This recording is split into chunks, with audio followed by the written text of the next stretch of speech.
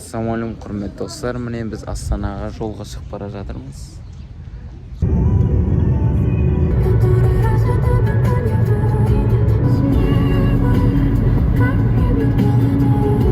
Ассалаумағалейкум құрметті достар, біздің саяхат басталды. Бүгін Астанадан Ақтауға ұшамыз. Міне қазір ЛРТ-ға отырып, әуежайға барып Ақтауға ұшамыз.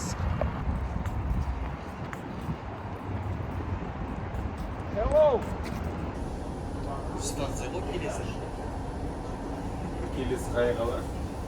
Келесі Астанада. Ақтау. Исламше. Масканы башлап.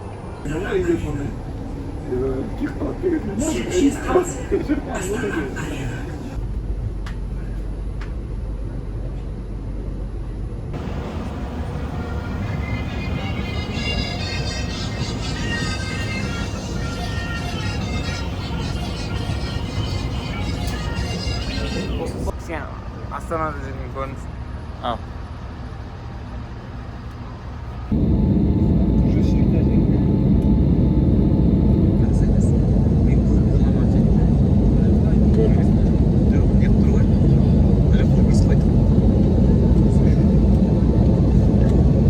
Уважаемые пассажиры, добро пожаловать в международный аэропорт города Ахтау. Температура воздуха будет там 25 градусов выше нуля. Для passengers welcome to International Airport of Ақтау. Please better purchase and safety grade and возраст degree.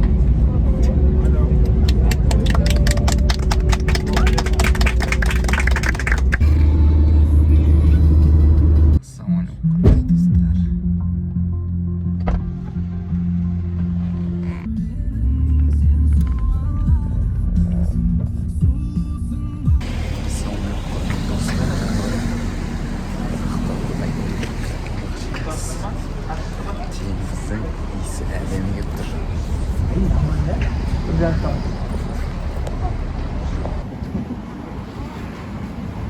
Ассалаумағалейкум құрметті достар, міне біздің алғашқы қонақ үйіміз. Мына теңізді көріңіз.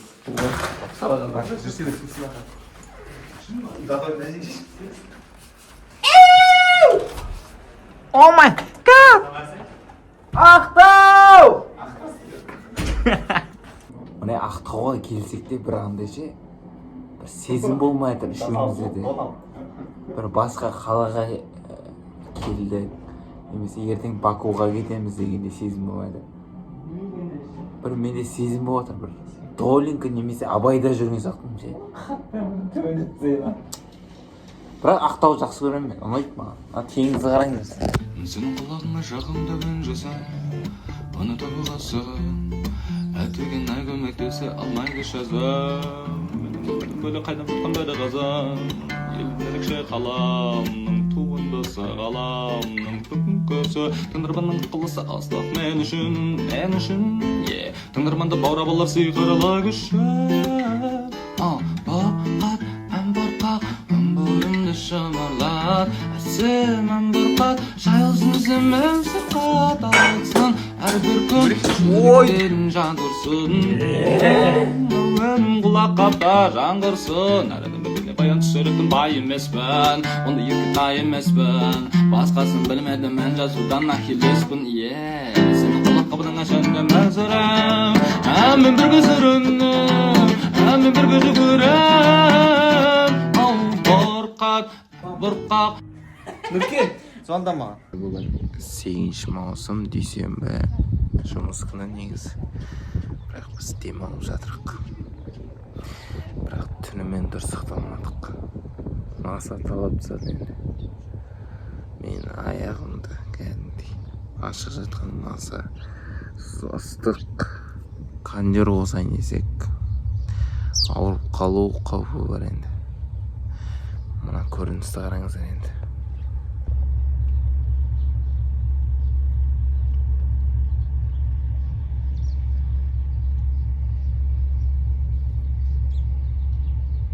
Лет на станция узнавали. Что?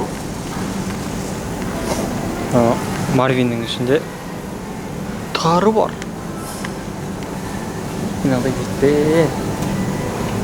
бұлттарды қарасай, бұлттар Türlü. Екінші заказда дайын болды ма?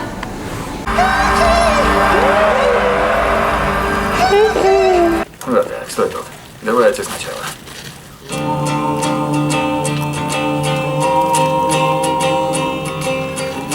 Стоп! I'm melting. Oh, so very love. Don't stop till you get enough. Keep on with the first stop. Don't stop till you get enough. Mine бүгін қайтадан теңізге барады. Жаңа ғана Майкл Джексон топ әннің, жалпы айтқанда әннің атасы, музыканың атасы. 1, 2, 3.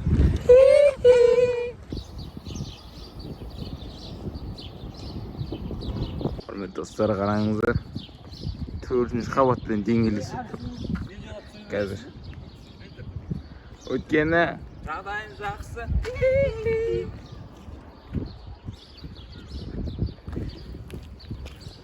Біздің аулаларда осындай болса, сұқпат.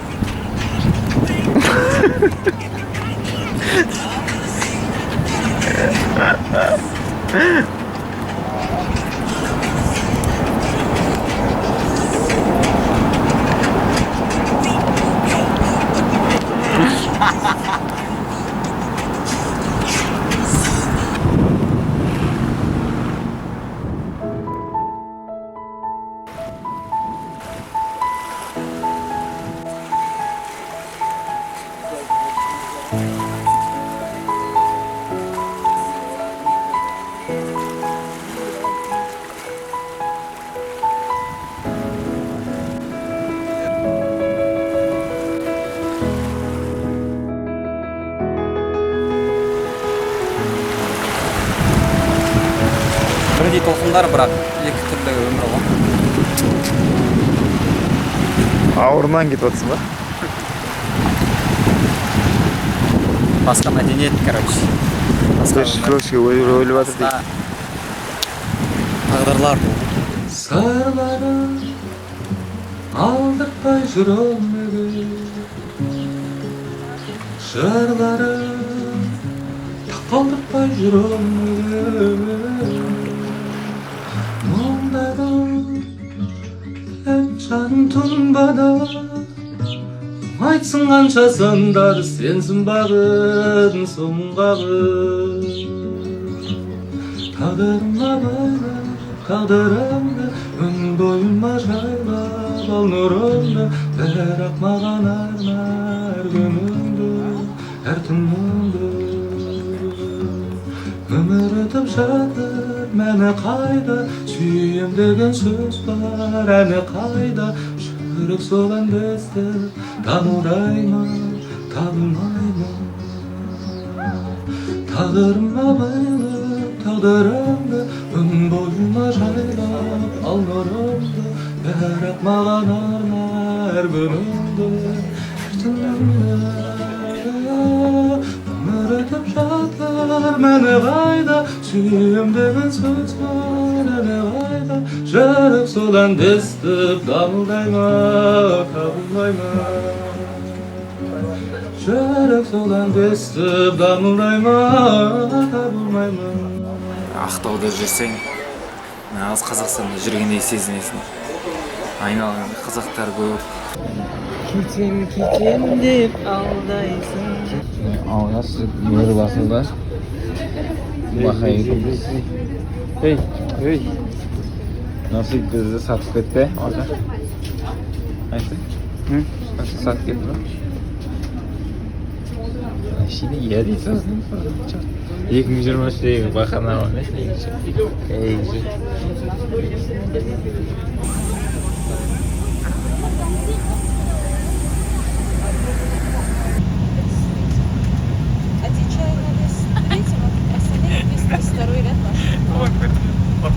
А?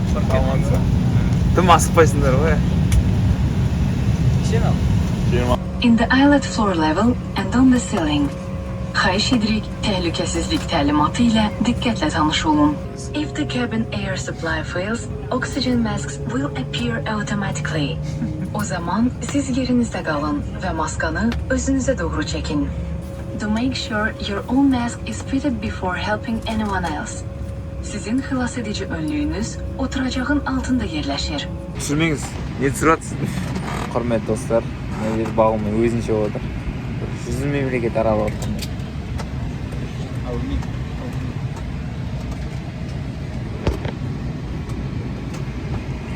бүкіл Әзербайжанша ағым шықты. Мына жерге бізге бір үлкен жауапкершілік бұйырып қойған. Біз құтқарады екенбіз, Құдай сақтасын, бірден болса. Құрметті достар, бізге тегін су мен сок, сэндвич берді. Сэндвич.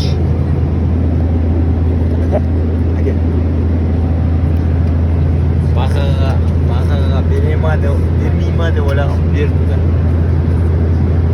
Айырып қалалар жасады.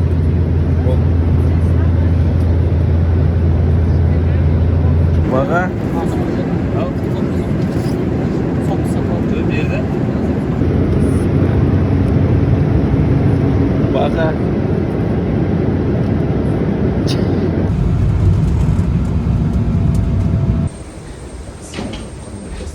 Әзербайжанға да келіп, алғаш рет басқа шетпен келіп, алғаш рет құлағым бітіріп қалам.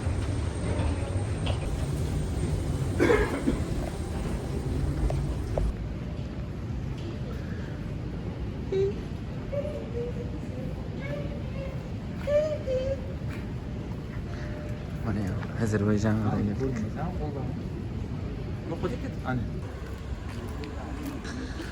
Міне Әзербайжанның әуежайы.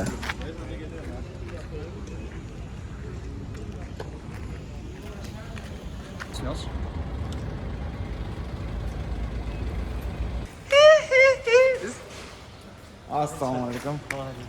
Шүкір. Сонда ма? Қансыңдар? Ерте келдік қой? Осы үйті қастасын айтып ой. Танымал.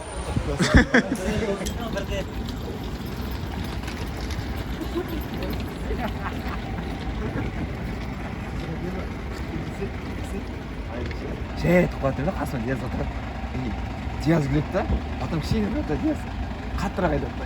Сынақ күледі ғой көреді. Супермаркет бар 24-7 істейді. 100 метр жерде. Бірі плюс бірі деген ең ақса көреді.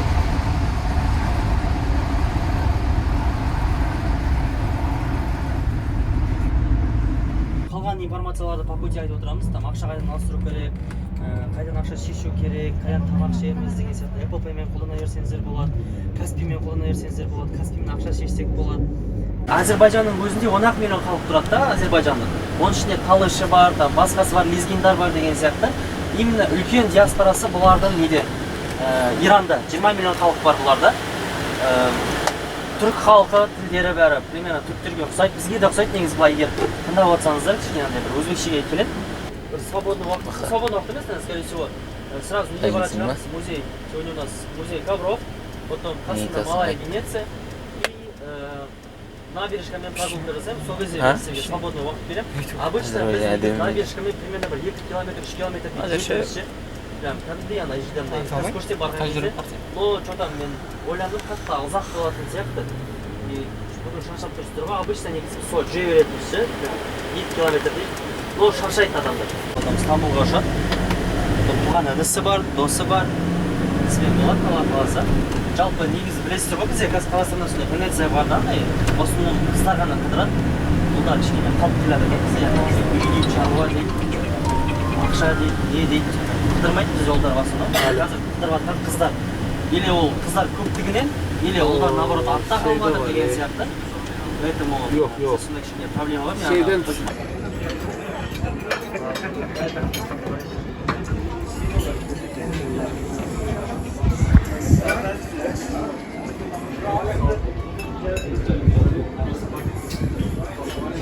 Жоқ, әдемі екен ішінде. Жағажайлар да жолдары да әдемі. Кейбір жерлері Еуропаға ұқсайды, кейбір жері Бразилияға ұқсап кетеді. Бразилия ұқсамайды. Жоқ, кейбір жерлері. Ұқсамайды.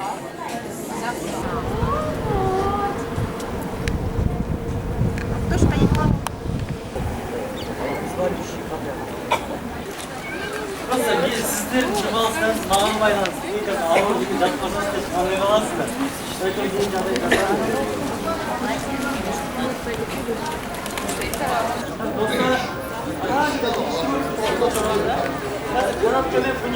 Влог енді осымен жалғасып жатыр. Осы камераны сатып алдық, ананы Нұрсейіт жоғалтып алды. Жоғалтып алды дегенде ұрлап кетті, білмеймін. Спуститься на жерлерді бәрін аралап, потом набережно чуть походить, потом на машине уж туда поехать.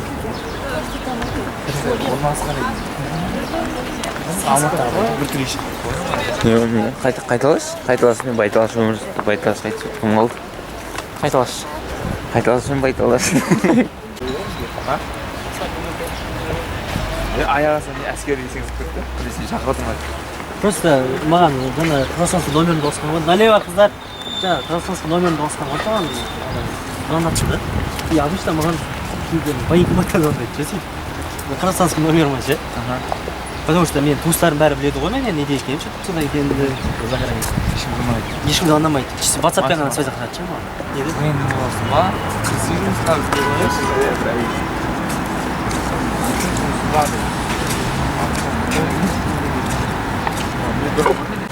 Ассалаумағалейкум, құрметті достар. Қазір Өміші өтініш. не ол ассалаумағалейкум жазасыз ба? Мына ол не қандай? Дайындалу төлеуге. Автобуспен көтерілеміз қазір, алла қаласа. Автобус ғой. Кішігірім метро ғой, қарасайшы. Автобус метро ал. А метро. Кратко.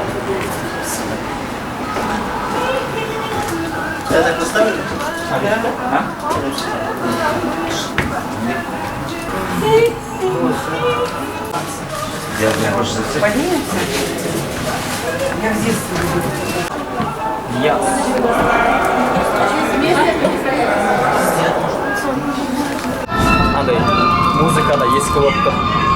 Біз біз 95-ші жылы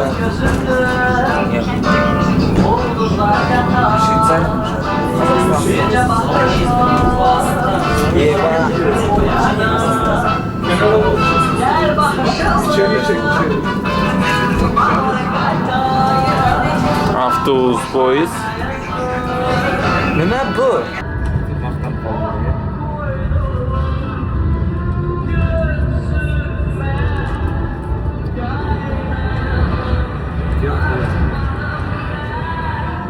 Ayağınızdan.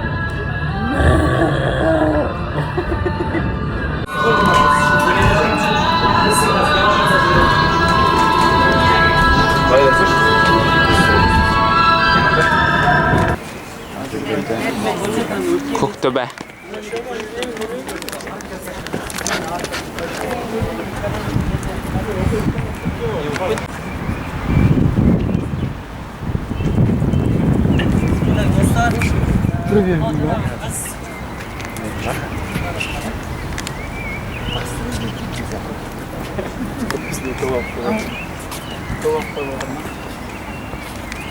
Тоғыз үйге бір комнатада тұра ма? Кім тұрады? Жаңа кіммен, Наилямен кім тұрады? Достар, комнатамен нетіп жүресіздер ғой, жүгендеп жүресіздер ғой, қастарыңызда кім жоқ, қарап ше. Тәуелсіздік үшін күрескен кісілер осы жерде жатыр. Негізі изначально бұл жер мазарлық болған. Потом мына жерге осындай парк салғанда, оның ар жағында қазір біз барамыз, 2012 жылы салынған парк бар. Панорамный вид на город. Сол жерге барып, қазір городпен танысамыз. Мынау арттарыңызда тұрған бұл милли мәжіліс жері ғой, депутаттар жиналып, постоянно собрание болады да. Но ана Flame Tower ненің Бакудың несі, символы. Бұл типа Flame Tower деген Flame дейтін қазақшасы қалай пламя ма? Я, пламя деген сөз ғой. В целом негізі Азербайжандықтардың бұрынғы діні зороастризм болған. Зороастризм деген отқа табынушылық болған ғой. Потом бұлар ислам дінін қабылдайды, но ислам дінінің ішіндегі шиизм ұсынады да бұлар. В основном бұлардың мысалы азербайжандықтардан 70-80% шиизм бағытын ұсынады. Білесіздер, мұсылмандар екіге бөлінген. Өкінішке орай біреуі сунни бағытында, біреуі шиизм ұсынады. Соның 5% шиизм. Сол Иран, Азербайжан жерлері осы шиизм ұсынады. В целом бізде сияқты үлкен мешіттер жоқ. Такой более-менее средний мешіт осы. Осыдан сәл үлкенірек бір мешіт бар, центральный мешіт сияқты. А так в целом қатты мешіт культурасы жоқ ше бұларда. Андай үлкен мешіттер жоқ, ана куполдар, осындай минареттер ондай жоқ. Отпен байланысты көп нәрсе бар бұларда. Бұрынғы діннен қалып қойған ғой.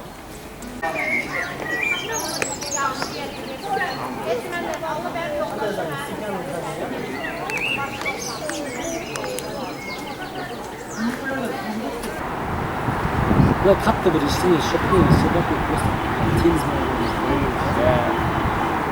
Астана Астана әдемірек болады. Астанада теңіз болса әдемі болады. Астана жап-жасыл да болса.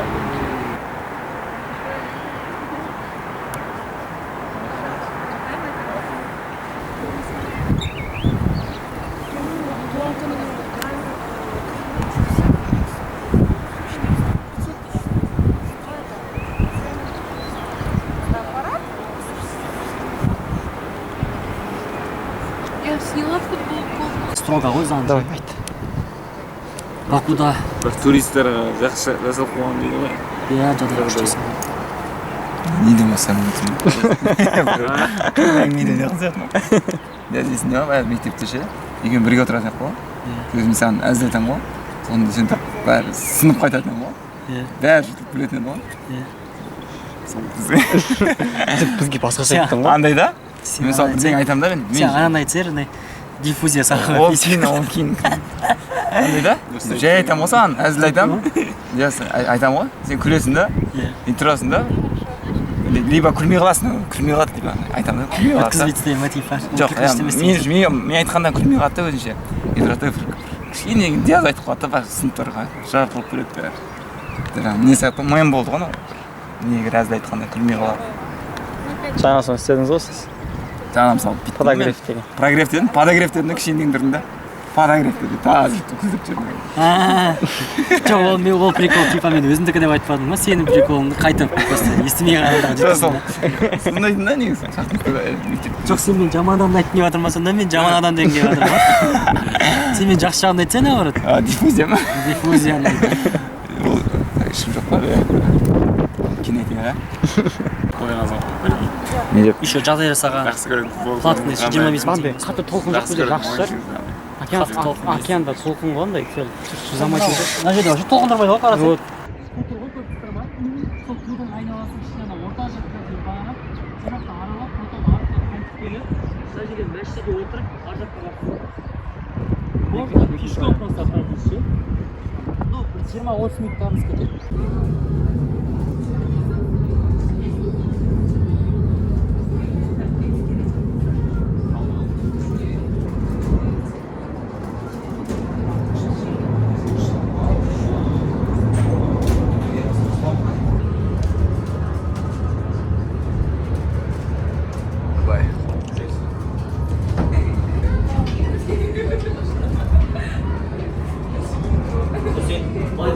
Seni Allah'ın sözüne saklan.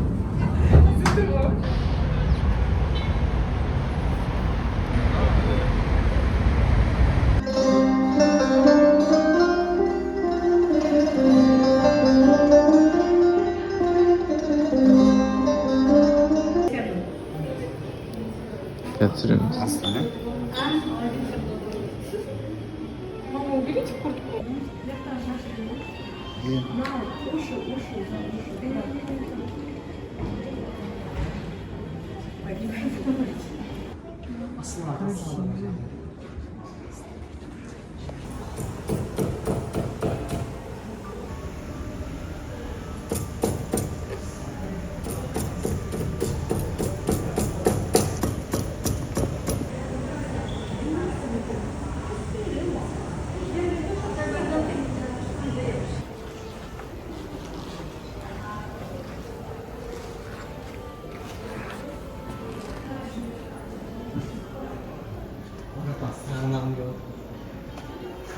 Kene?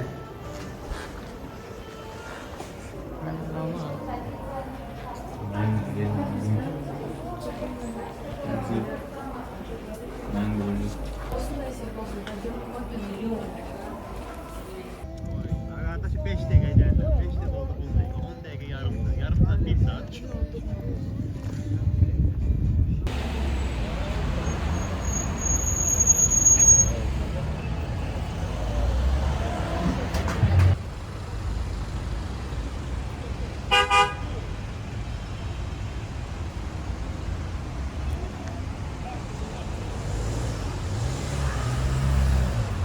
Where he's from then carry on diyor böyle.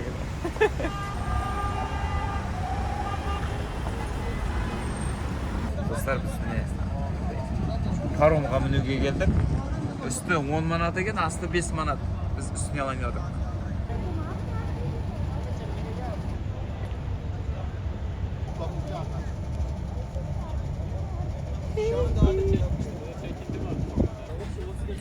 Bilet 15 manata pay ekan.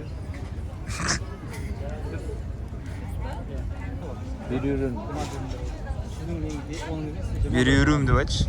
Номинде сол болып тұр. Сондай болып тұр 15 15. Жоқ, дұрыс естімедім я. Böyle sıktım, bıktım senden. Oyalan seni, bakırdım seni. Sen ben ol, çılgına gülerken sevdalıyım. Bakırdım güler, böyle feryum. Benden başka sevmez bir insan seni.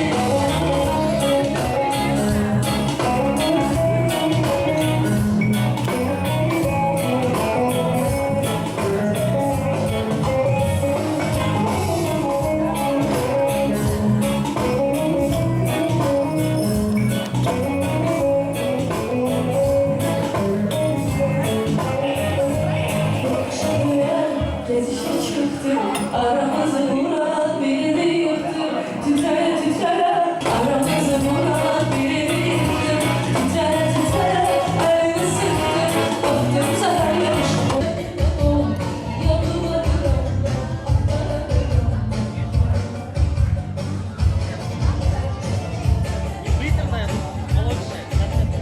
sevgim olsa bedenime Дым көрмей адамымызға ұқсап яхтыға мініп алдық. Assalomu hurmatli do'stlar, biz hozir g'ana yaxtaga minib жатырмыз. Alg'ash rет ko'rib turganingizdek Ozarbayjon elining nesi chalavi tur.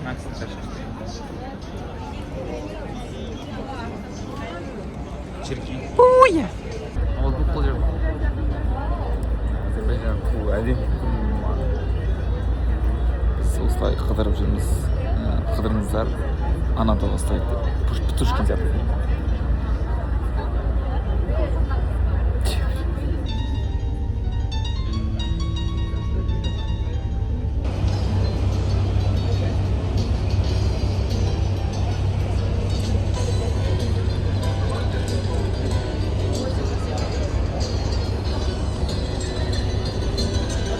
Әкет.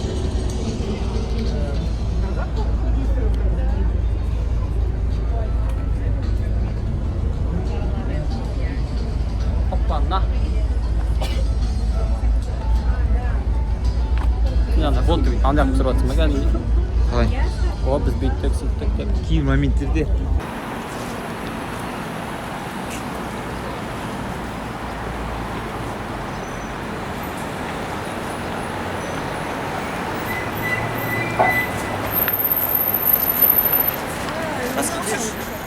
Ayt birдеңе. Таскент сыр. Түсіремін.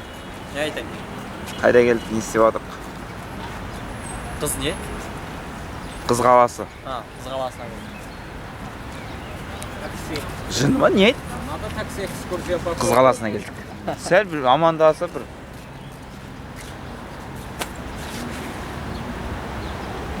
Сағындым ауылымды. Осы бір айта берген. Айтсайшы? Білмеймін. Бля, мынауың деген жылай берді ау. Сағындым деп. Әскерге кетпеген шүкір. Бля, сен айтшы майысып қалды ма бір әшкер? Мынау деген Қызы қаласы деген. Үй ма? Сондай. Қызы қаласы деген. Мұны кеше Диаз айтып берген. маяк сияқты. Маяк болған. Су деген осы теңіз осы жерге шейін жеткен дейді. Бияздың айтуы бойынша. Осы жерде кезінде бір кісінің миф ол. Жоқ енді айтып берейін да. Аңыз деп айтсай? Аңыз. Ол өтірік па шын ба білмеймін. Бір кісінің әйелі қайтыс болады. Сол әйелін қатты жақсы көргеннен себебі қызы да әйеліне өте қатты ұқсайтын болады. Сол кісінің қызына басы кете бастайды. Қатты кетпесін деп қыз айтады, осындай бірдеме салсаңызшы. Мүмкін сол кезде ойыңыз бөлініп бірдеме болады шығар деп. Солай сонда да кете бастайды басы. Солай ана қыз өз-өзін тастайды дей ма сондай дейді, короче. Сен екі историяң қосшы.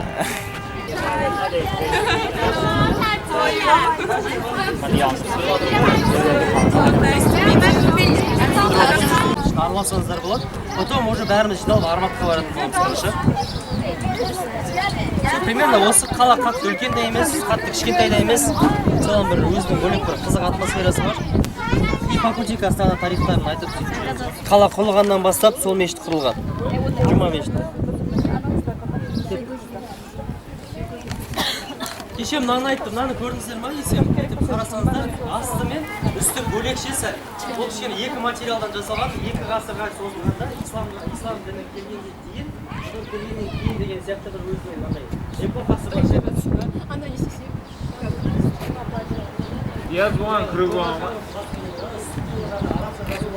Құрметті достар, мына жерде біздің жерлесіміз Пока Телефонийдің сабақ клубының несі тұр, фан-сторы. Биыл чемпион болды Әзербайжан.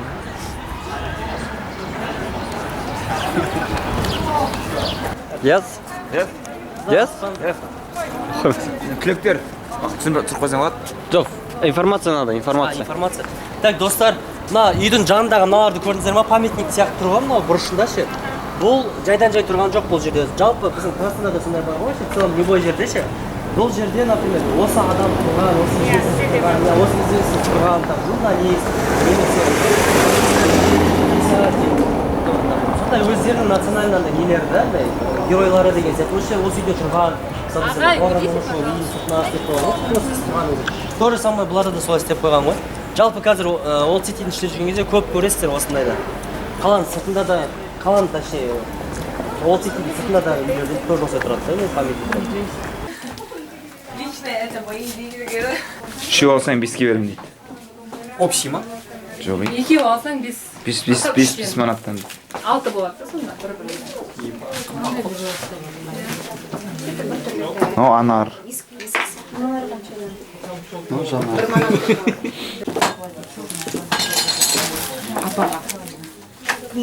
Анау жаба берді біраз. Бұл арзанырақ қойдым, по-моему, бұл айтқан андай обычный тастар. Анау кішкене қымбат. Abi bu ne kadar? Это дешевле, это не камень. Білем ғой қанша? За 7. Жеті. Жеті дейді. Алдым берем, Шахтинск қаласы, қалалардың қаласы, Шахтакен ордасы. Кім ойлағаны Шахтинск баласы осылай жетіп Ойланбасын. Тек жалпы не емес енді, қыдыру туралы емес, бір кезген айтсаң болады. Бала кезінде, мектеп кезінде, күрес кезінде. Ну, это тоже не на все, не на весь стол. Потом на улице. Не айтсам болады. Я девочка Көргім келмеді. Но не пинал, ма? Бұлан нафонға түсіріп, мынау оңша емес болып тұрып, нафонға түсіріп. Ешкі өзімді көріп тұрған күшті екен және негіз. Ой, осай. Давай. Түсіріп ма не уже? Түсіріп. Так, айтайыншы, біз қазір Баку қаласындамыз деді. Оны қазір Баку қаласындамыз, Азербайжан елінде. Совет үкіметінің бір қаласында. Мен шашын алып тастадым, кстати, ева жараса ма? Нормально тұр ма? Мен бұрында шашым мынандай бетеп қайрылатын, ше былайна жаңға қарайшы. Есінде. Қазір алып тастадым, иә. Бірақ былай да жарасады сияқты. Менің шашым қалай мектептен қарағанда. Сен шашым ба? Сен де осылай алып тастасаң, мужик боласың. Алып едім ол, жараспайды ке басым, бір түрлі екен өздері. Кесіп па басың? Қыздар алыстамаймыз, я? Бір нәрсе айта, қызық нәрсе айта болатын сен. О, біздің қыздарымыз. А?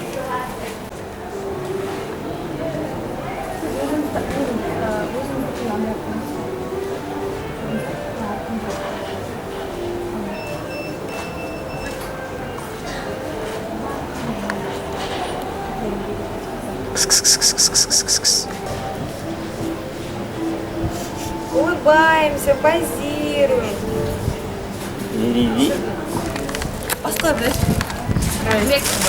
Мен, короче, бүйтіп отырғым келеді, мен жақыннан бір сурет кетіп болсасын. Аха. Да? Қама? Мына жақта отырамын. Қысқама дейін. О, кстати, күшті болады, я? Иә, өте керемет болған еді. Қолға алып тұрыңызшы. Апам, бері жақтағы аяғын сылжыр. Бері жағында. Біз жақта апа десе ренжиді ғой. Біз жақта апа десе ренжиді. Ассалаумағалейкум, құрметті достар. Қазір сағат 1 болды. Қазір ауқаттануға барамыз.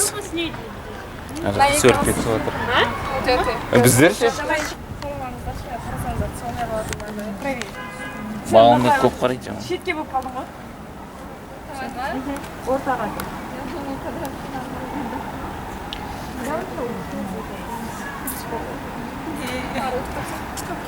Дөд оламыз. Бірден айтып жіберсеңіз, бір влог. Тыңда.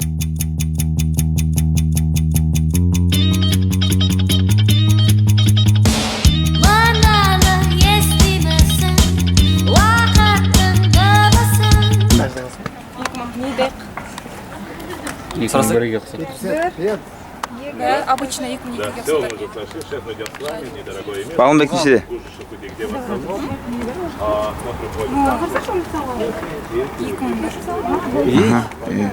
Біләш ше? Не деген жақсы жаңалық мынау. Еба. Мен ше? И черную резинку снимем. Стақлайым ба? Бейдік көтсіне. Қане қайтсан? Наоборот айттым. Наоборот емес сен. Ой. Хотя сен бірден кішкене сәл пай қаттырақ. Сен бір 99. Кеше ғана таныстық. Білем ғой, жоқ енді ұқсай келмей кеттім. 99 беремін саған. 97-ін. Қыздар, тезірек, кішкене.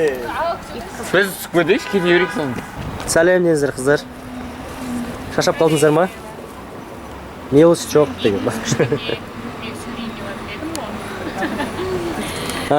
Біздің гидіміз күшті екен. Рахмет. Қарбалас уақыт жоқ та. Бол тез ан жаққа барамыз, бол мында деген әңгіме жоқ. Спокойно, еркін жүресің. Да? Көп күтіп жатқан достар ма? Жоқ, күшті. Күшті. Біздің гидіміз күшті деп түсінемін. Рахмет, язар едің. Сен мынаны ше кесіп аласың ба сосын өзің? Ол монтаждалмайды ол 2 жыл бойы. Неде ғой? Монтаждайым қайтып келесің. Просто YouTube қалып сала саласың ба осай? Қойш? Монтаждайым. Яс. 3 жыл бұрын Ақтауға келгенбіз ғой влог түсіріп. Әлі монтаждалған жоқ ол. 2023 келген. Да, мына қыздар жібересіз сандаш, қыздар тез-тез. Екеуі ғана ғой фотоға түсіп алсын.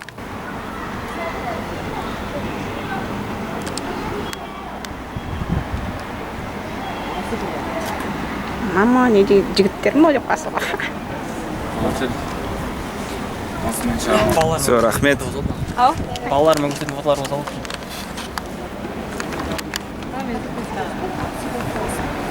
Міне, суретке түсуіміз бітті. Қыздар көп түсеткен. Әлі түсіп жатыр. Әлі түсіп жатыр деген мойын бар еді. Так, мына көше бриллиантовая рука бар ғой. Соның ключевой момент эпизоды түсірілген жер ана құлайды ғой, бүйтіп құлаған кезде қолын сындырып алғандай болады. Черт побери деп айтады, қолына бриллиант салып, гипс салып жібереді.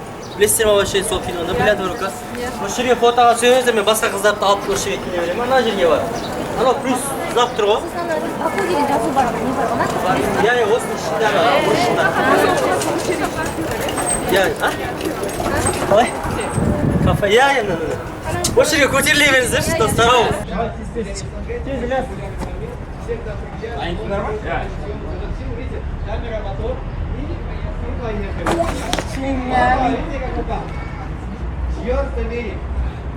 Бола ма?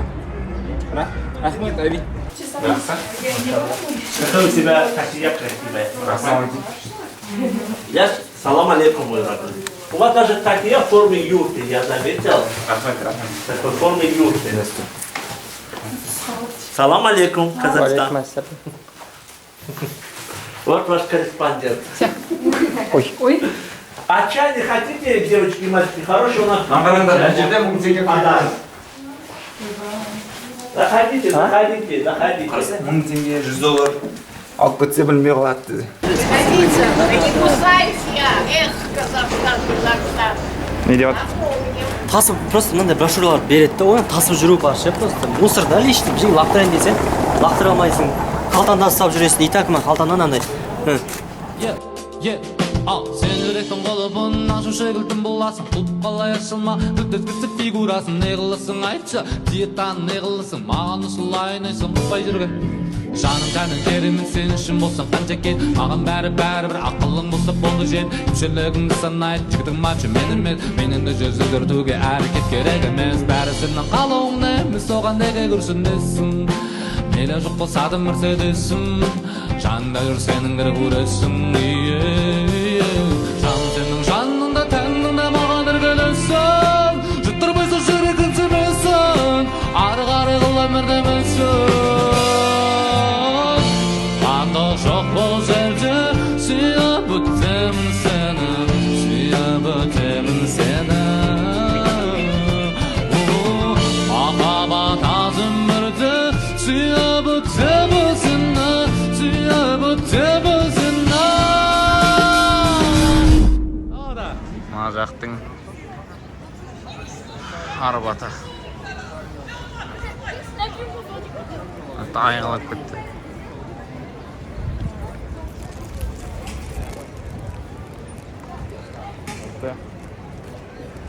Мона Лиза қосыты. Қазақ күйін ақышта.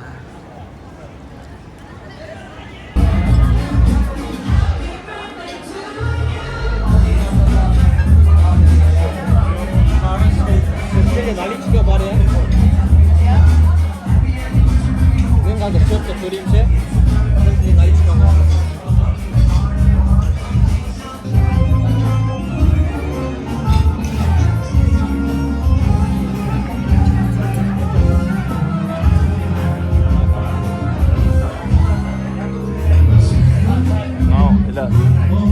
Ассалаумағалейкум, жәнемен қалайсыз? Мама жүреді. Мама қалайсыз?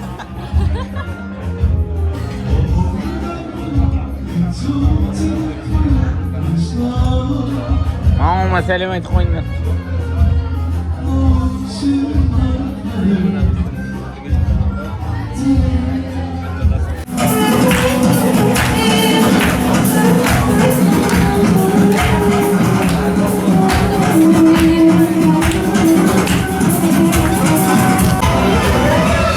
Ұлттық би болады. Бітіп қалды уже. Қайтып кетті. Қайттық достар.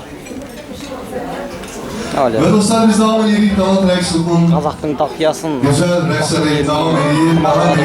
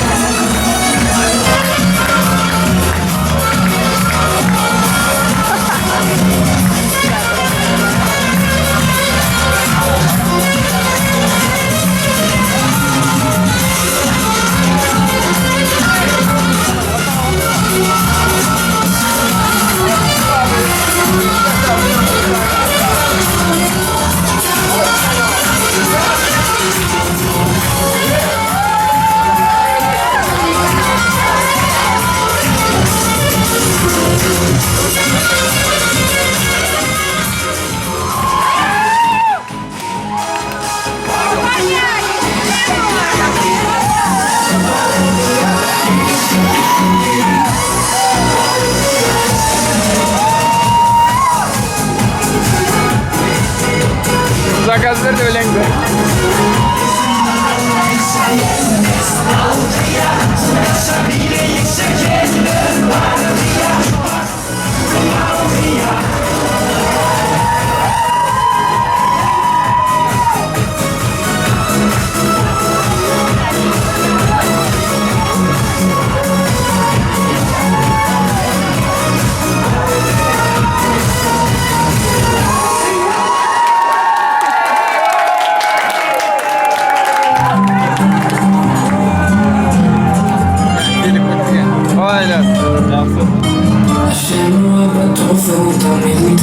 İlyas'ı göreceğim bak. İlyas'ı göreceğim bak. Şalmenге bir iyilik ödedi o. 20 ғасырдың Камералары. ол камерадан да суреттер шыққан аз көрдім. Не, мындай суреттер шыққан. Қайда? Ана камерадан. Камерадан ба?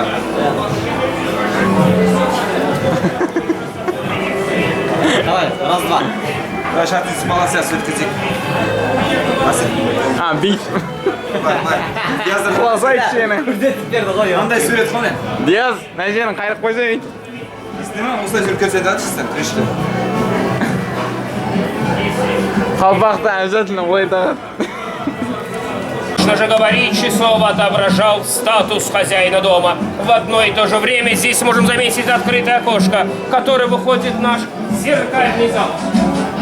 И если вы захотите послушать так, со скрипку, насладиться ароматом нашего зала Мугама, который чуть позже я вас с ним познакомлю, увидеть национальные танцы, зеркальный зал спешит вам на помощь. А мы проходим часть независимости. Прошу вас. А здесь у нас часть независимости. В 1918 году Баку был освобожден от большевиков и армянских дашнаков. Длилось это все 23 месяца, но как в 1918, так и в 2020 году, в 44-дневной нашей войне, Турция морально и так далее помогла Азербайджану. И здесь можем заметить под словами «Одна нация, два государства, наш Улы Өндер». Гейдар Алиевич, господин президент Ильхам Алиев и Раджеп Таyyip Эрдоган. Это порождено место братского народа. Здесь у нас комната Истиглал, сидят гости. Здесь у нас комната художника. Дико извиняюсь, сидят гости. Здесь сидят ваши гости, учителя.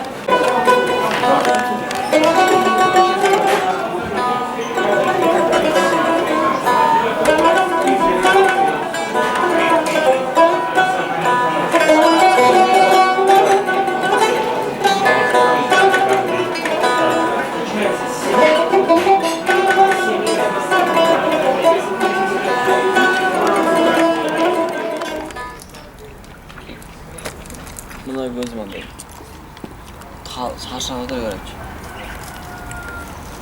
Bir kişi аллергиядан ба.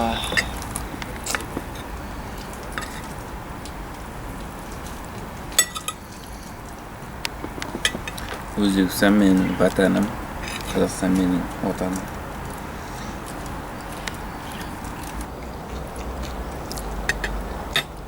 Аллергия деген түрікші емес.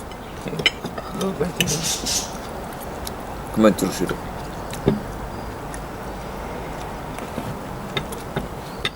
Бәдейсі. Абиде адамнан тоқ.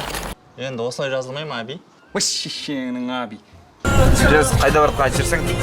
Біз қазір Бакудан қала сыртына бара жатырмыз. 200 километр жүреміз. Альбака парк.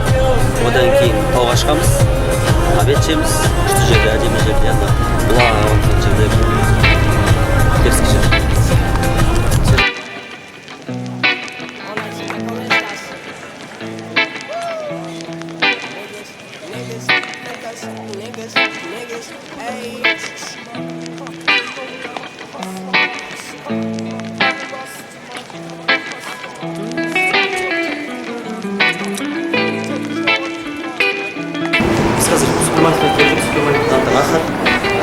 Жалпы бізде қандай бар сетевой? Магнум ба?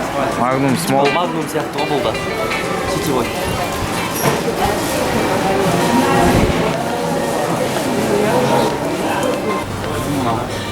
Себе дал болыпсың ғой бәрін. Су көп ішуге. Дұрыс. Өте дұрыс нәрсе, мен сайын. Күлеге алсақ көретін.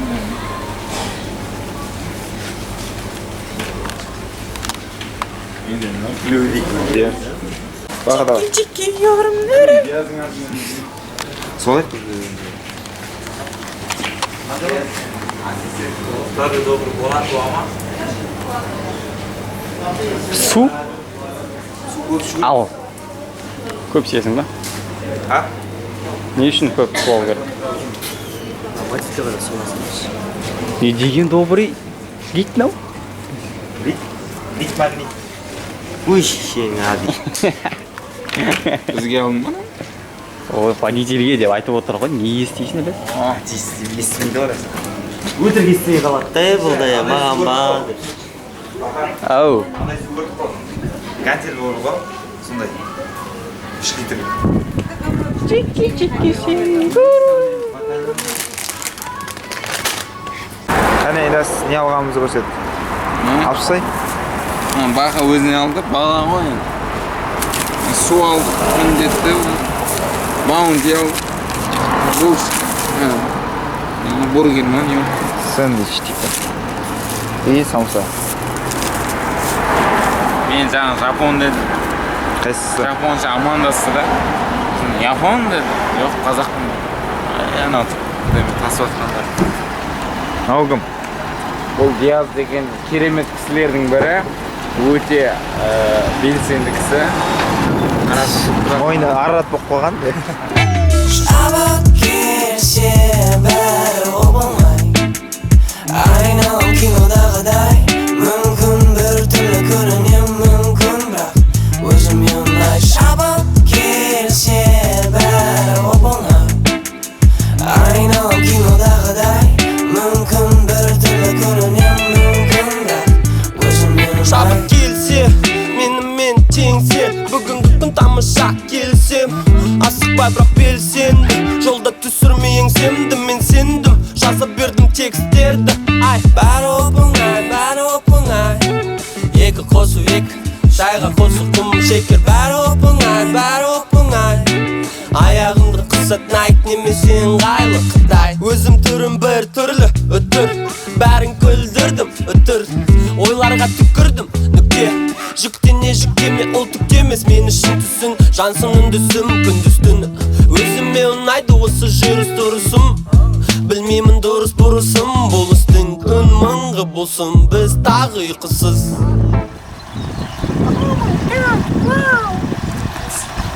Ассалаумалейкум. Неше айтпақшы? Не қыламыз ба? Банан жекші. Не қайда? Сүтілер қайда? Алдында. Бананды апшайын ба? Кейін жеш. Бананды апшайын ба? Самки не любят, кто-то их резко трогает или обнимает. Они сразу убегают или плюются.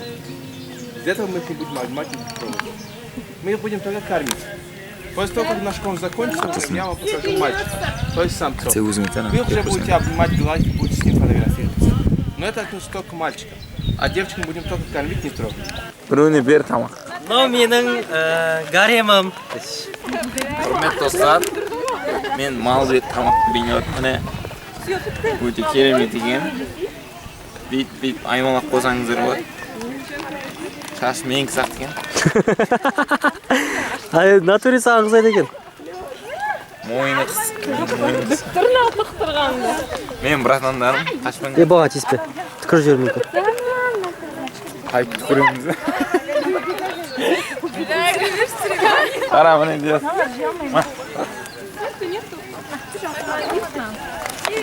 Кезек киіктер. Қыздардың бәрін жинап апты. Кейіндер, ұялмыңдар.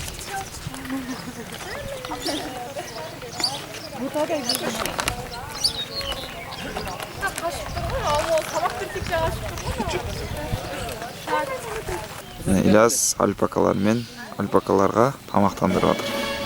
Сөйлемнен қалсың ғой. Ильяс пен Диас. Ne dediler? Anladı.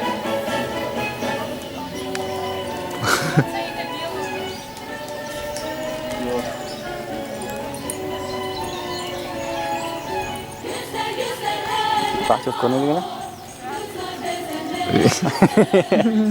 Ана кім еді? Бразилец бәрі соның шашын қойды. Дарханға тамақтап жатсың ба?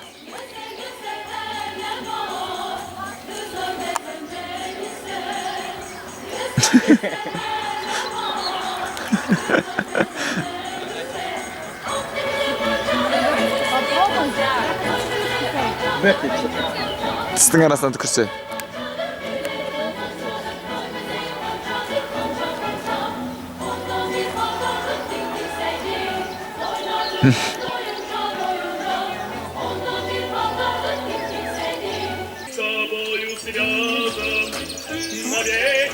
Что, очень?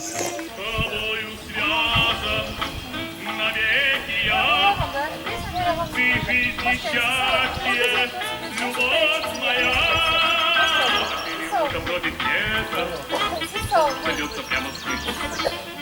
Под луки солнечного света его стоит.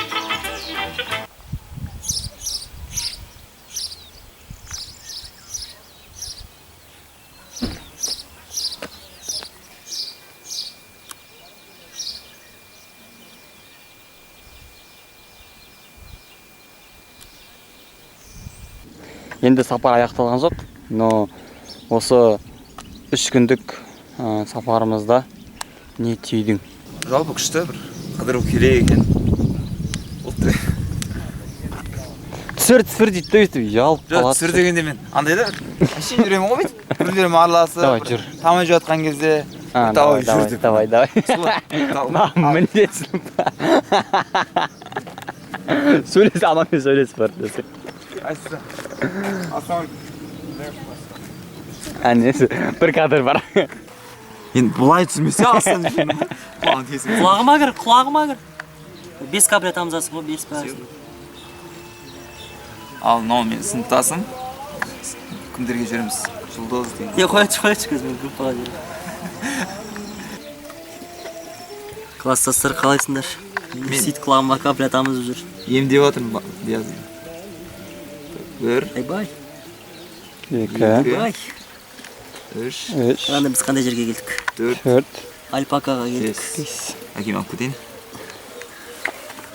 Біздің досымыз Бағымбек. Яна мен сенің сообщениеңді енді көріп жатырмын. Точнее, көрдім, бірақ енді тыңдап жатырмын. Сен не істеп жатсыңдар, қалдарың қалай? Деп былай жекеде сөйлеспей, группада сөйлесіп жатқан деймін ба? Мынау біздің режиссер. Қол көтермесе бір ауыстырмай ма? Иә. Құлағым сәл-пәл кішкене сырқаттап қалды. Жасы келген сияқты сөйледің ғой, сырқаттап қалды. Диязым бет экранға сыймайды мына қара. Мыналар негізі жүндер бар кезде әдемірек шығар, иә?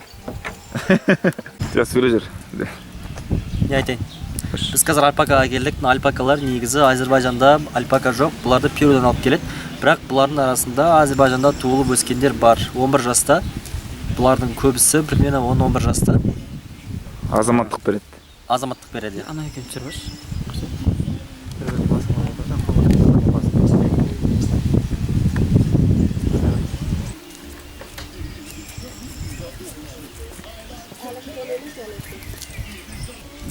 Натуральный льем екен.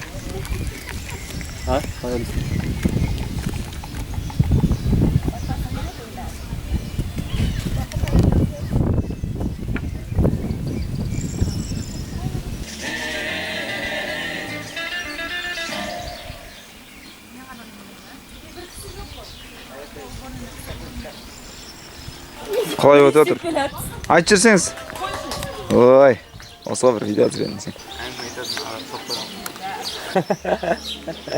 Қалай? Соғымға кетемін. Соғымға? Қалай екен? Жақсы. Құрбан айтты боламын. Құрбан айтты. Ақша да отқан адамдар ғой бұлар.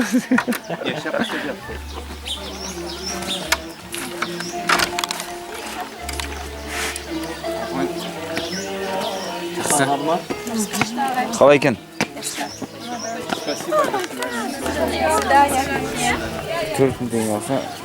Шаштары қалай екен? Менің жақсы. Айда. Мынандай.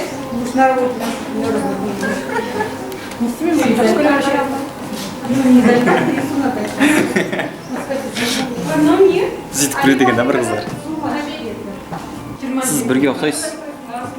Монаға ұқсайсыз, актриса. Мона дейтін актриса бар ғой. Білмейсіз ба?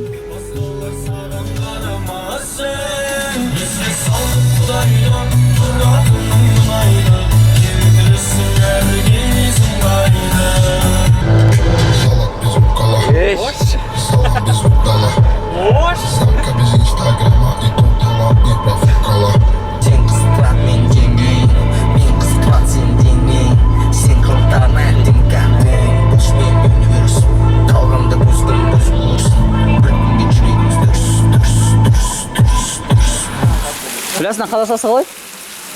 Аттырма. Не? Біздің ең керемет гидіміз.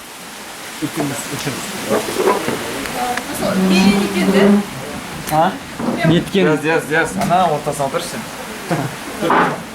Төрге шығыңыз, Диас мырза. Ана Шректағыдай отырмаса ортасына.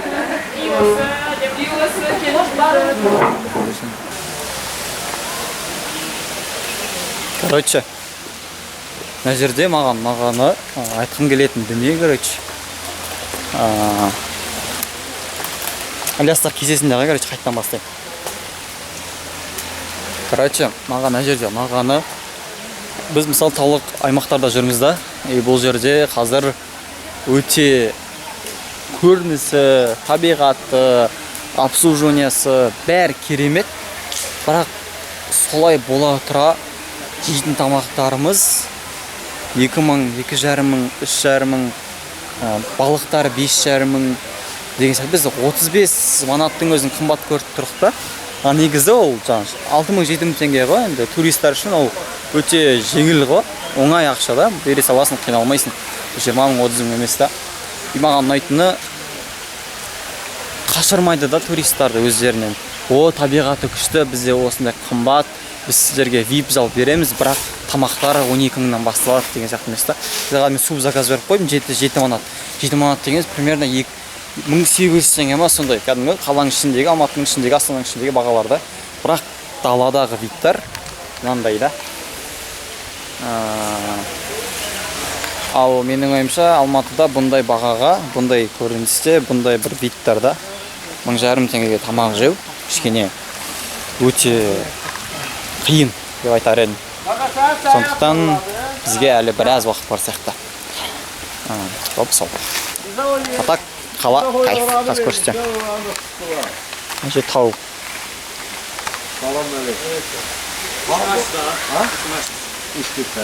Өте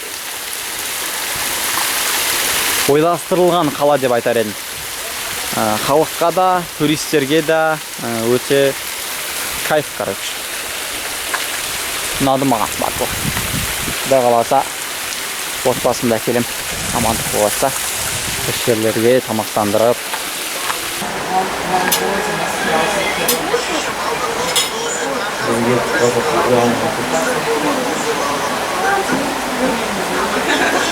Бірінші канаткамен көтерілесіздер, бір остановкадан пересадка жасайсыздар, дальше жоғары көтерілесіздер, хорошо?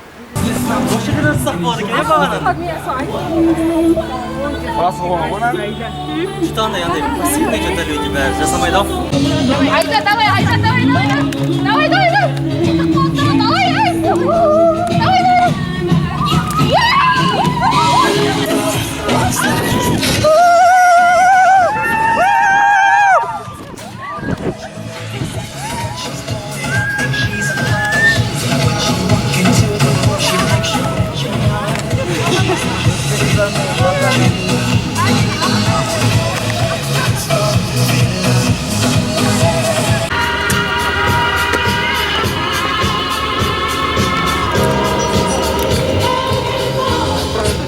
Біраз нәрсе бар сияқты, жіберіп аламын сізге. Сені таптым, жаныма жақын, сендегі жүрек саған ғана ғашық. Сені таптым, мен жоқташы, әлемім ашық. Ұялып айта алмаймын, көздеріңе жай қарауға. Таулар қаншалықты биік болса да, қаншалықты ауыр тастардан құралса да, мына біздерге берілгендей жауапкершілік солай. Адамға берген аманат мына таудан да биік. Алтынбек-ай, сен өзің не істеп жүрсің?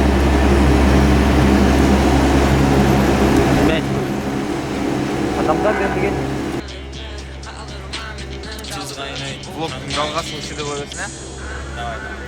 Құрметті достар, біз таудың арасында, бұлттардың арасында.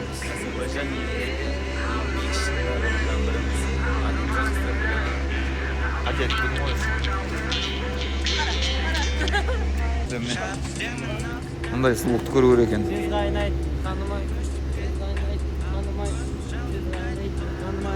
Танымай, жанымай. таулар қанша биік болса да, қаншалықты ауыр тастардан құралса да, мына адамға берілгендей жауапкершілік жоқ бұларда. Адамға берілген аманат мына таулардан да биік деп айтып кеткен. Ондар ема примерно. Неге соңына шейін айтпадың? Короче, біз талдың арасында бұлтта жүрміз. Аллаға шүкір.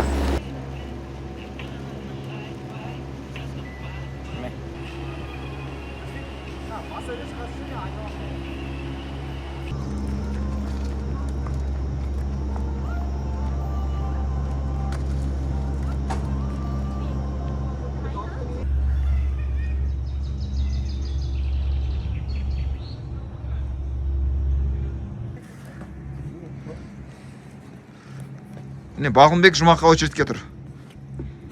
Он митте күтесің ба? Астатып күтесің бе сен?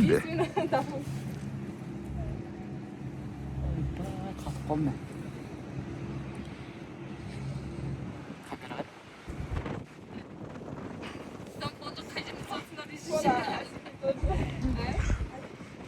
Студияда түскенсіңдер ма дейді жария? Студияда. Не дейді?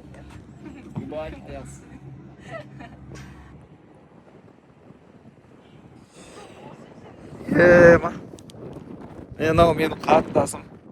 Қарашы. Айш. Қай сен? Қай жыл ойлайсың? 2-3. Максимум 2-2. Түсінейін ба? Апаңмен жассың ба дейді? Қойш, 2-3 ма? 99-ның жас. Аға да. Кесін ба бұза қонасы? Тұрайын тұрсын. Одан қызы аты қалай? Камила? Тайкондоға ше, тексек болады. Ыңғайлы ма? Не?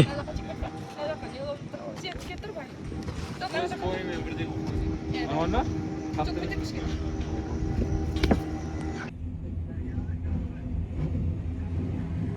Бұдан түсіп келдік, короче. Краш болып. Ажақтан, осы қатарлардан, короче. Примерно. Уже камераның есептеті бар. Үшінші күн мі? Үшінші күн. Үшінші күн. Үшінші күннің соңы. Сүрәні аласың. Қандай ше? Сапардың осы жерін айтта сен ұзақ өмір сүресің. Ты проходишь мимо моей судьбы. Забыть тебя не в силах я.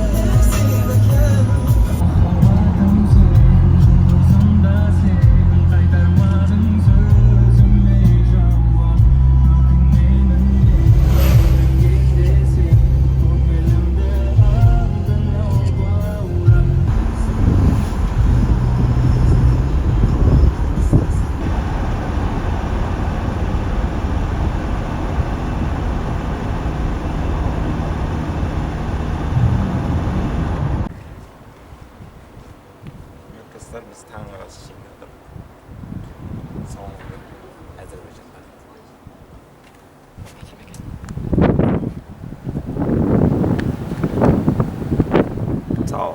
Sağ ol deydi. Çıkırın sağ ol desin. Sağ ol deydi. Rahmet. Sağ ol. Біреудің ұзатуы болып жатқан сияқты ше. Біреудің ұзатуы болып жатқан сияқты. Кім ұзатылып жатқан? Достар, нан бәрін жеп тоймамаңыздар, ешқандай омлет, жұмыртқа астындағылар келеді, хорошо? Душу мою. Шүйлеріңіз бір басты болмастар, е? Жоға, мен дұрыс. Жасадың ма? 5 секунд алсам болды. Күшті тойларда сияқты бүйтіп нелер жүрді, дастархан жаны бұрынғы тойларда жүрді. Жақындады уже. Турцияда басқаша деген ма просто? Екі бөлек. Мақтан қалды. Мақтан қалды ма? Турцияда тұрамыз. У нас Турция по-другому чуть-чуть.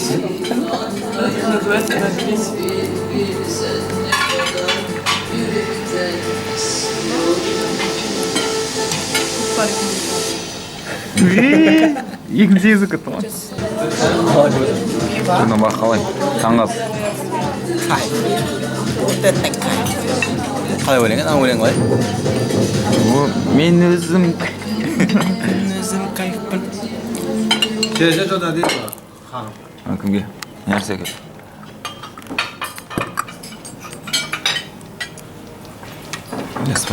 Ілияс бар екен.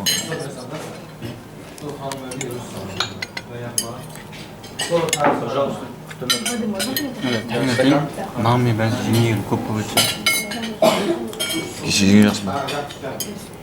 Кеше ма? Жеңі ғой?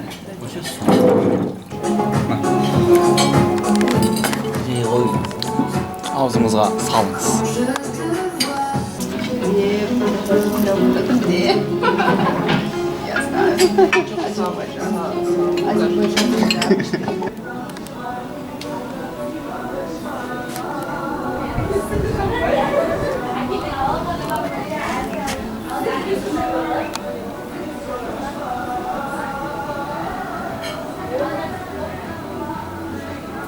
Біздің бүгін 4-ші күн, біз белсенді туристерімізге, бізді отметка жасаған туристерімізге қазір осындай Франциядан, Лионнан келген сыйлық беретін боламыз. Маленький принц дейтін кітап бар. Сол Лион, Маленький принцтің жазушысы сол Лион қаласы дүниеге келді. Музыка супер музыка. Қазақ.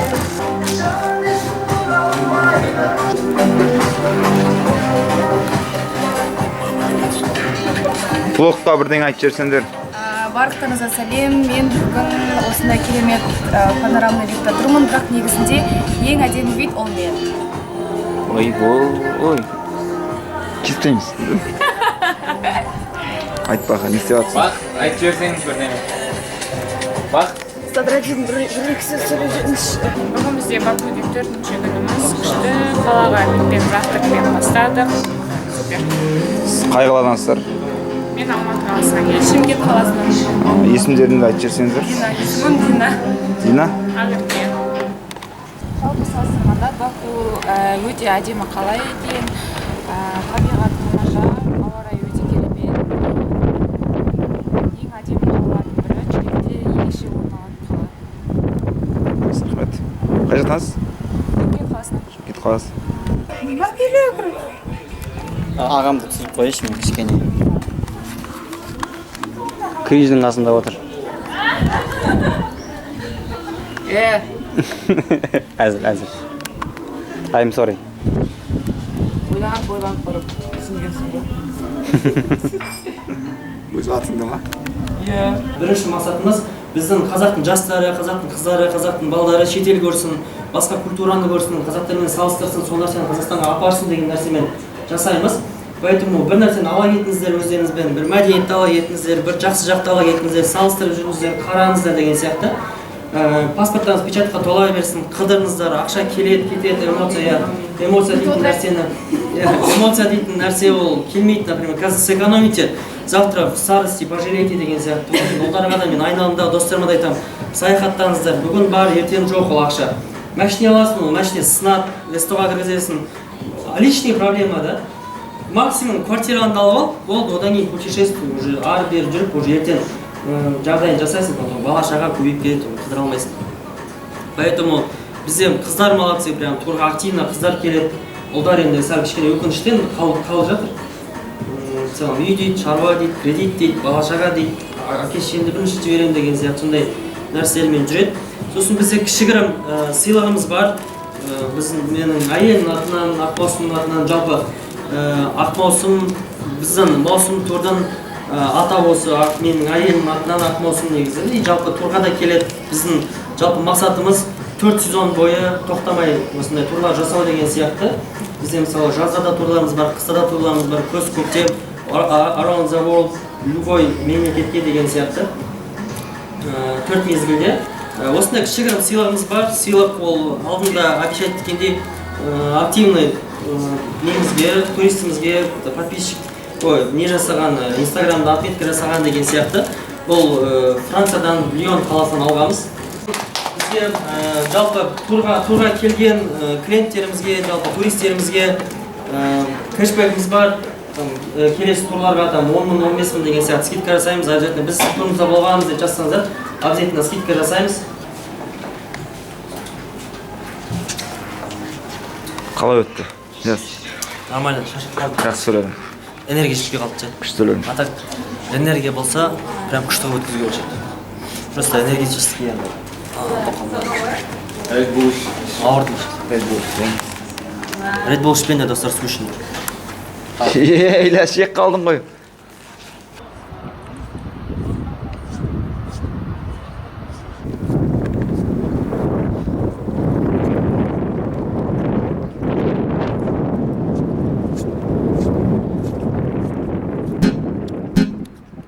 Bomba clat. Yeah. Woo. Better get him up. Better get him up. Better get him up. Better get him up. I'll do everything you get it up. I'll do everything you get it up. Yeah. O kızının tümü kolay. Onun işin işkim var. Ünsüz yıldız tekana ay. Tümde armandan mulay. Olmuş yalnız özümle birge. Zoğalarda özlep жүріп жарып шекімде. Köşeler boz tek adımları жаңғырады. Әрбір осында өткен күнге қайталанады. Қарадың басында мұдырлы ой. Достары жаныңда бәрі радым. Құласа да қайта да тұрады жаным. Тыныштық іздейді бірақ таппайды ой. Қарадың басында мың түрлі ой. Достары жаныңда бәрі радым. Құласа да қайта да тұрады жаным. Тыныштық іздейді. Зелен шершін деген кино көргенсіздер ба? Соған ұқсайды.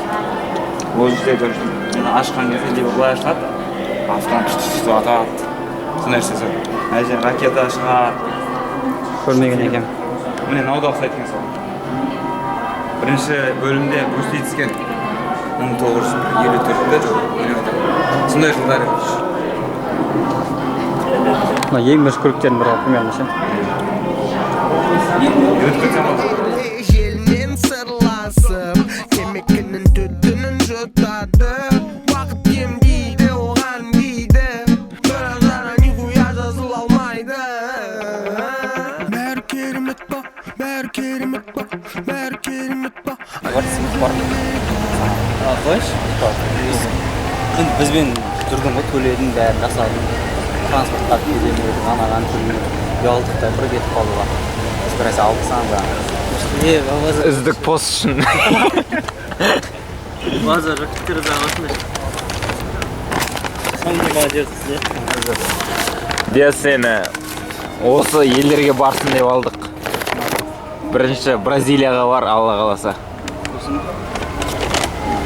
Ема ұйықтады ма? Және? Қараш? Кепка дейтін зат ше ма? Батышы. Жазда енді күн өтпесін басын. Негізі кепканың тұру табу қиын ше ма? Құлағым бүйтін жерге бүйтіп қалады ше ма? Ол идеально жатқан сияқты, я? Әдемі. Алла да шүкір. Жақсы тұры. Ебана футболка ма? Резко. Кейін де таң қоям. Реально кепка? Бақа ма? Сүрші. Тура болады сияқты, я? Ойбай. Бағасын алып тастау керек достар. Мынау не ғой? Әлем чемпионатына арнап қарасай, 94 жылы түрткен. Резко ма түші. Қаразы саған ол разы. Еба. Бірінші жар бит маған подарок жасап атқан ше гит ретінде жешті. Еба. Гит ретінде деген ше. Шақты иісі жігіттерін. Дерзко. Қалай, ұлықтың Бакудағы соңғы күні. Следующий, еба. Ладно. Что-то не пришло. Ну вот это как его смотреть? Это сразу приходит? Должен.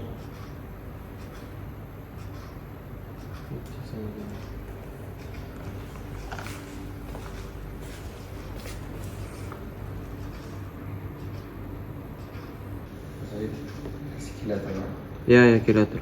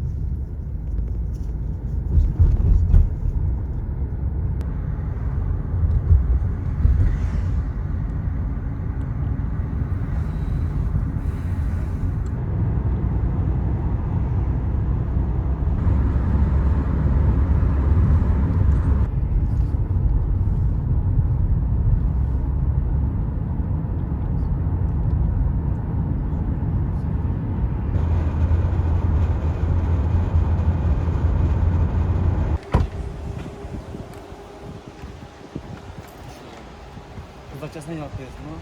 Неше? 2 ма? Біреу берді, жоқ аяқта.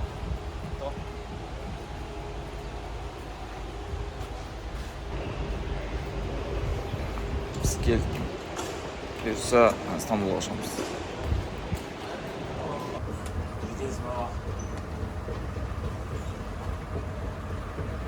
Bitter mi? Baqa.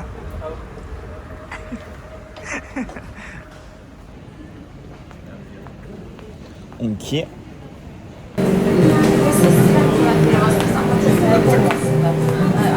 Birinchi memleketim qutlug' bo'lsin.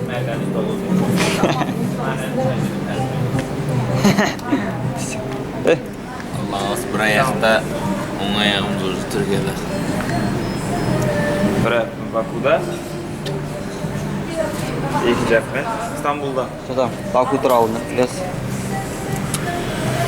Әдемі ел, әдемі адамдар, әдемі қыздар, адамдар өте мейірімді, қысқа да қысқа болсын. Әдемі елді білмеймін енді, әдемі қалалардың бірі.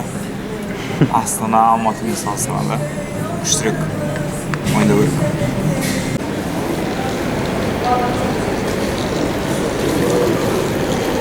Saat 6'dan 30 gitti. Biz İstanbul'a aşağı ince batırız.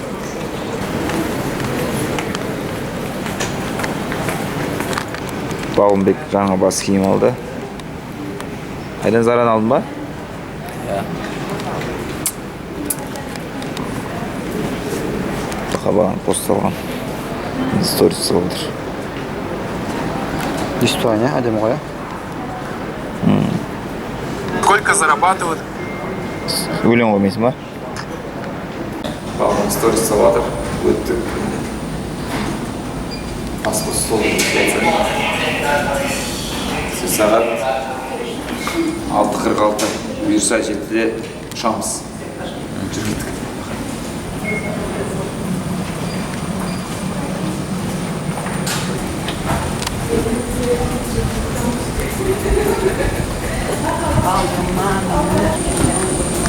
We have the team led by Purser. Biz жолығармыз. Болса да саған жолығамыз.